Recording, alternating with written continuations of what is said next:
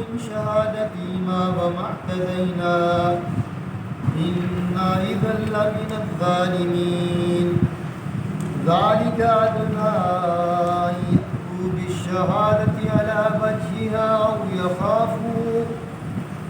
يخافوا أن ترد أيمان بعد أيمانهم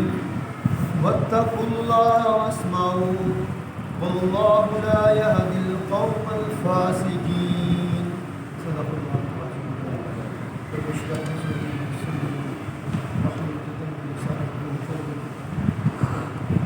سورہ مائدہ کی آیت نمبر 106 سے 115 تک آج مطالعہ کر رہے ہیں. پچھلے رکوع کی کچھ آیات رہ گئی تھی، اگلے رکوع کا نیا موضوع شروع ہو رہا ہے، اس کو بھی ہم جو ہے آج ساتھ پڑھ رہے ہیں. تو آج کے سبق کے اندر دو موضوعات ہیں. ایک تو ہے کہ بندہ جب وفات پا رہا ہو، وصیت کر رہا ہو اور کسی ایسے جگہ پر وصیت کر رہا ہو کہ اس کا اپنا گھر نہ ہو، بلکہ کسی اور جگہ پر گھر سے باہر اس کو موت آ گئی، وصیت کرنا ہے، تو اس کا گواہی کا جو نصاب ہے اس کی وضاحت فرمائی گئی ہے. اور دوسرا پیر عیسیٰ علیہ السلام کے حوالے سے جو نصارہ کے اندر، عیسائیوں کے اندر گمراہیاں ہیں، غلط فہمیاں ہیں، ان کی چند اور دلائل کے ساتھ تردید فرمائی گئی ہے.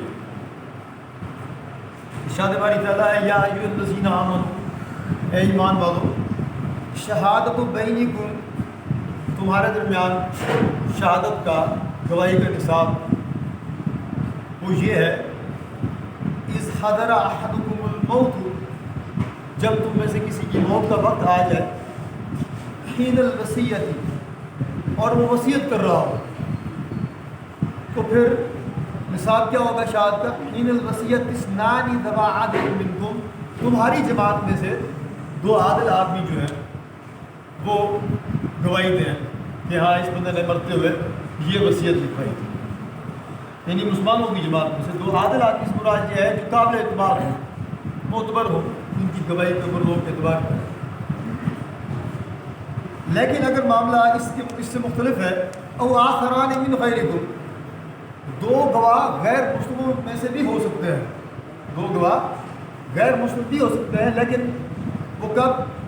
ان انتم ضربتم فی الارض، جب تم سفر میں ہو اور پھر حالت سفر میں فاصابتکم مصیبۃ الموت،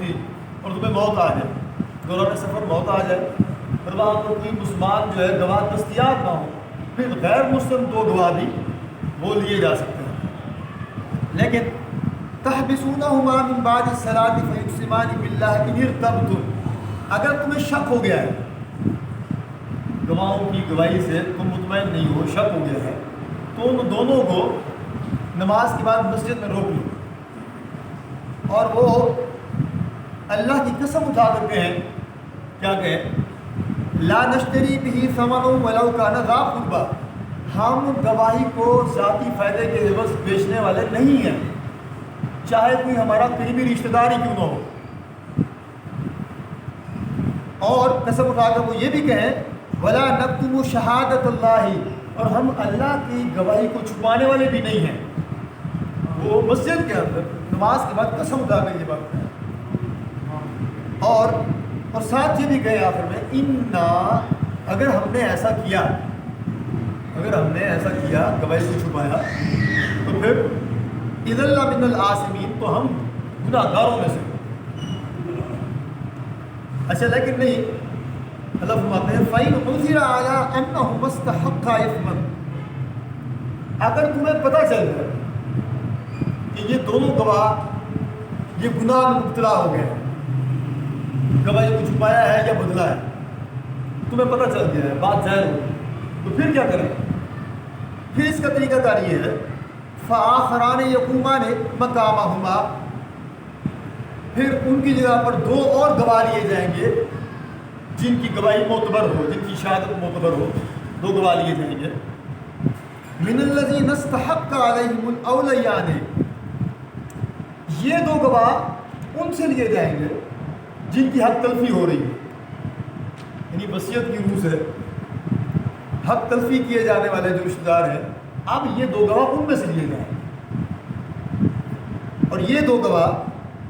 فیقسمان باللہ، یہ بھی اللہ کی قسم اٹھائیں گے، لشہادتنا، اور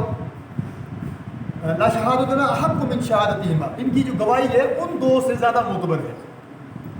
آپ نے وہ 2 بندے منتخب کیے ہیں حق تلفی کیے جانے والوں میں سے جن کی گواہی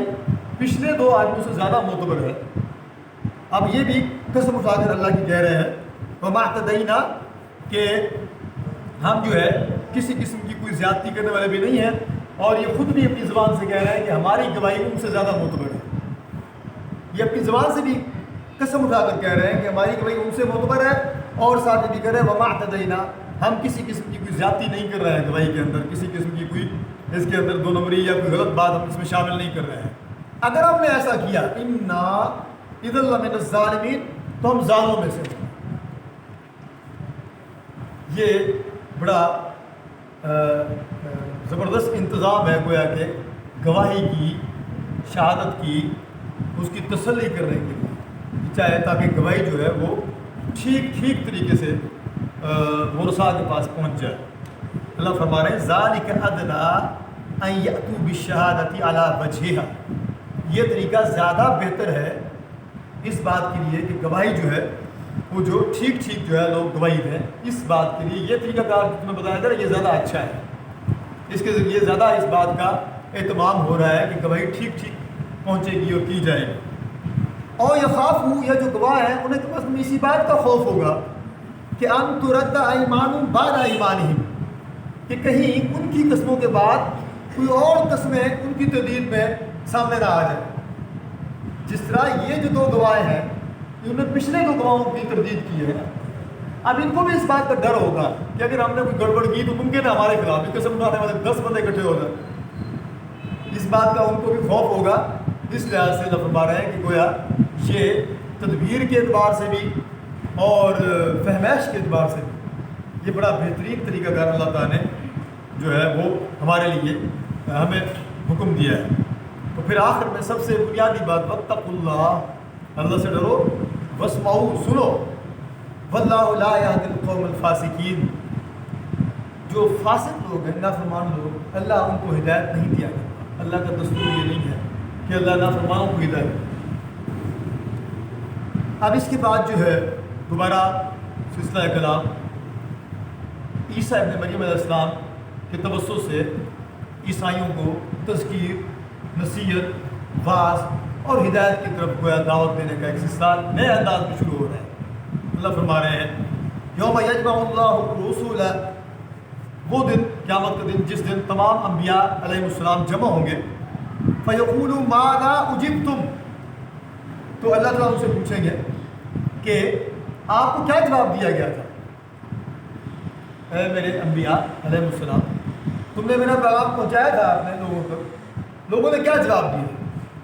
تو وہ جواب دیں گے قالوا لا علم لنا، وہ جواب دیں گے ہمیں تو صحیح علم نہیں ہے، یعنی ہم نے جو دعوت پہنچائی ہے اس کے نتیجے میں اس دعوت کے اثرات کہاں تک پہنچے ہیں، ہمیں اس کا بالکل ٹھیک علم نہیں ہے۔ فی الحقیقت علم تو آپ کے پاس ہے، انک انت علام الغیوب، غیب کے سارے جو علم ہے وہ تو آپ کے پاس ہے، ساری باتیں تو آپ ہی کے علم میں ہے۔ تو اس کے بعد اللہ فرما رہے ہیں اس قال اللہ، جب اللہ تعالیٰ نے فرمایا، یاد کرو وہ موقع جب اللہ تعالیٰ نے فرمایا یا عیسیٰ ابن مریم اذکر نعمتی علیک، اے عیسیٰ ابن مریم علیہ السلام یاد کرو میری اس نعمت کو جو میں نے تم پر کی، اور وعلی والدتک، اور جو میں نے آپ کی والدہ پر کی، اذ ایدتک بروح القدس، جب میں نے تمہاری مدد کی روح قدس کے ذریعے، پاکیزہ روح کے ذریعے، اور تکلم الناس فی المہد وکہلا، اور تم لوگوں سے کلام کرتے تھے گہوارے کے اندر بھی، بڑی عمر کو پہنچ کر بھی، وَإِذْ عَلَّمْتُكَ الْكِتَابَ وَالْحِکْمَةَ، جب میں نے آپ کو کتاب اور حکمت کی تعلیم سکھائی، وَالتَّوْرَاةَ وَالْإِنْجِيلَ، اور تورات اور انجیل کی تعلیم دی، وَإِذْ تَخْلُقُ مِنَ الطِّينِ كَهَيْئَةِ الطَّيْرِ بِإِذْنِي، جب تم میرے حکم سے مٹی کی مٹی کا پتلا بناتے تھے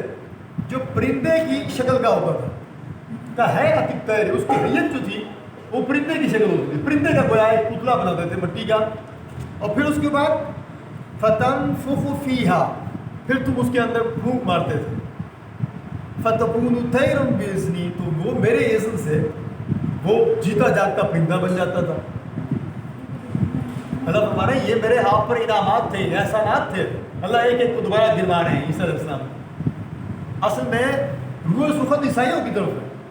یہ ساری نعمتیں گروانے کے بعد اصل بات آخر میں فرمائی جائے گی، اور پھر اس کے بعد فرمایا وَتُبْرِئُ الْأَكْمَحَ وَالْأَبْرَصَ بِإِذْنِی، اور تم میرے اذن سے اندھوں کو، مادرزاد اندھے کو اور کوڑی کو تم ٹھیک کرتے تھے، وَإِذْ تُخْرِجُ الْمَوْتَىٰ بِإِذْنِی، اور جب تم میرے اذن سے مردوں کو زندہ کر دیتے، یعنی یہ میرے سارے آپ پر انعامات تھے۔ وَإِذْ كَفَفْتُ بَنِي إِسْرَائِيلَ، اور جب میں نے، یاد کرو، آپ کو بنی اسرائیل سے بچایا، جب میں نے آپ کو بنی اسرائیل سے بچایا، اب یہاں جو ہے یہودیوں کا ساتھ تذکرہ کر دیا، کیسے بچایا، کب بچایا؟ ہاں، وَإِذْ كَفَفْتُ بَنِي إِسْرَائِيلَ عَنْكَ، جب میں نے آپ کو بنی اسرائیل سے بچایا، اِذْ جِئْتَهُم بِالْبَيِّنَاتِ، جب آپ یہ ساری کھلی کھلی نشانیاں، یہ معجزات لے کر کے ان کے پاس گئے تھے، اور پھر فَقَالَ الَّذِينَ كَفَرُوا مِنْهُمْ، ان میں سے جو کافر تھے انہوں نے آگے سے کیا کہا، إِنْ هَٰذَا إِلَّا سِحْرٌ مُبِينٌ،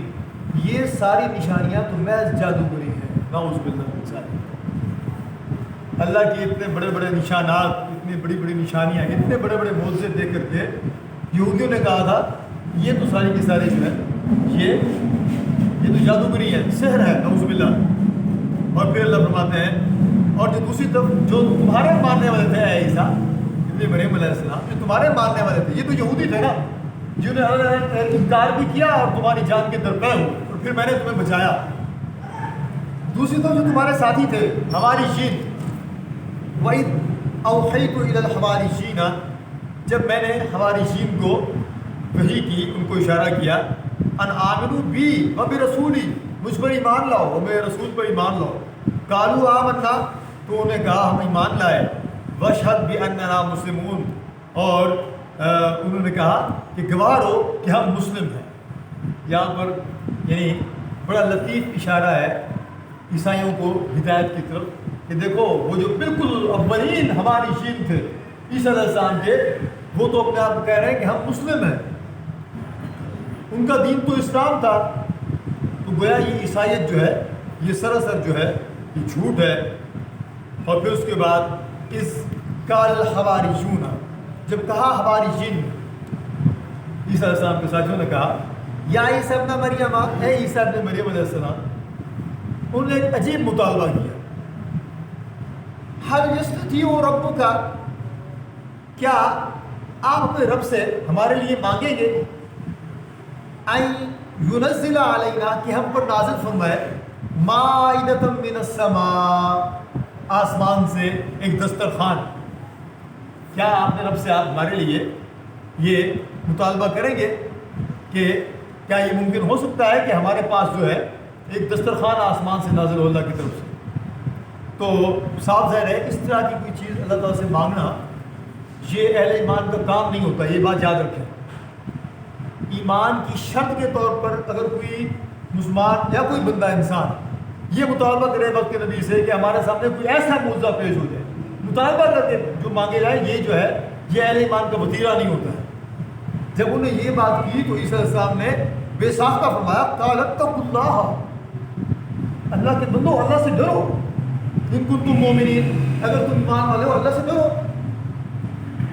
تو پھر انہوں نے وضاحت کی، ہماری شین نے کہا قالوا نريد ان ناكل منها، کہنے لگے ہم چاہتے ہیں ہم اس دسترخوان میں سے کھائیں،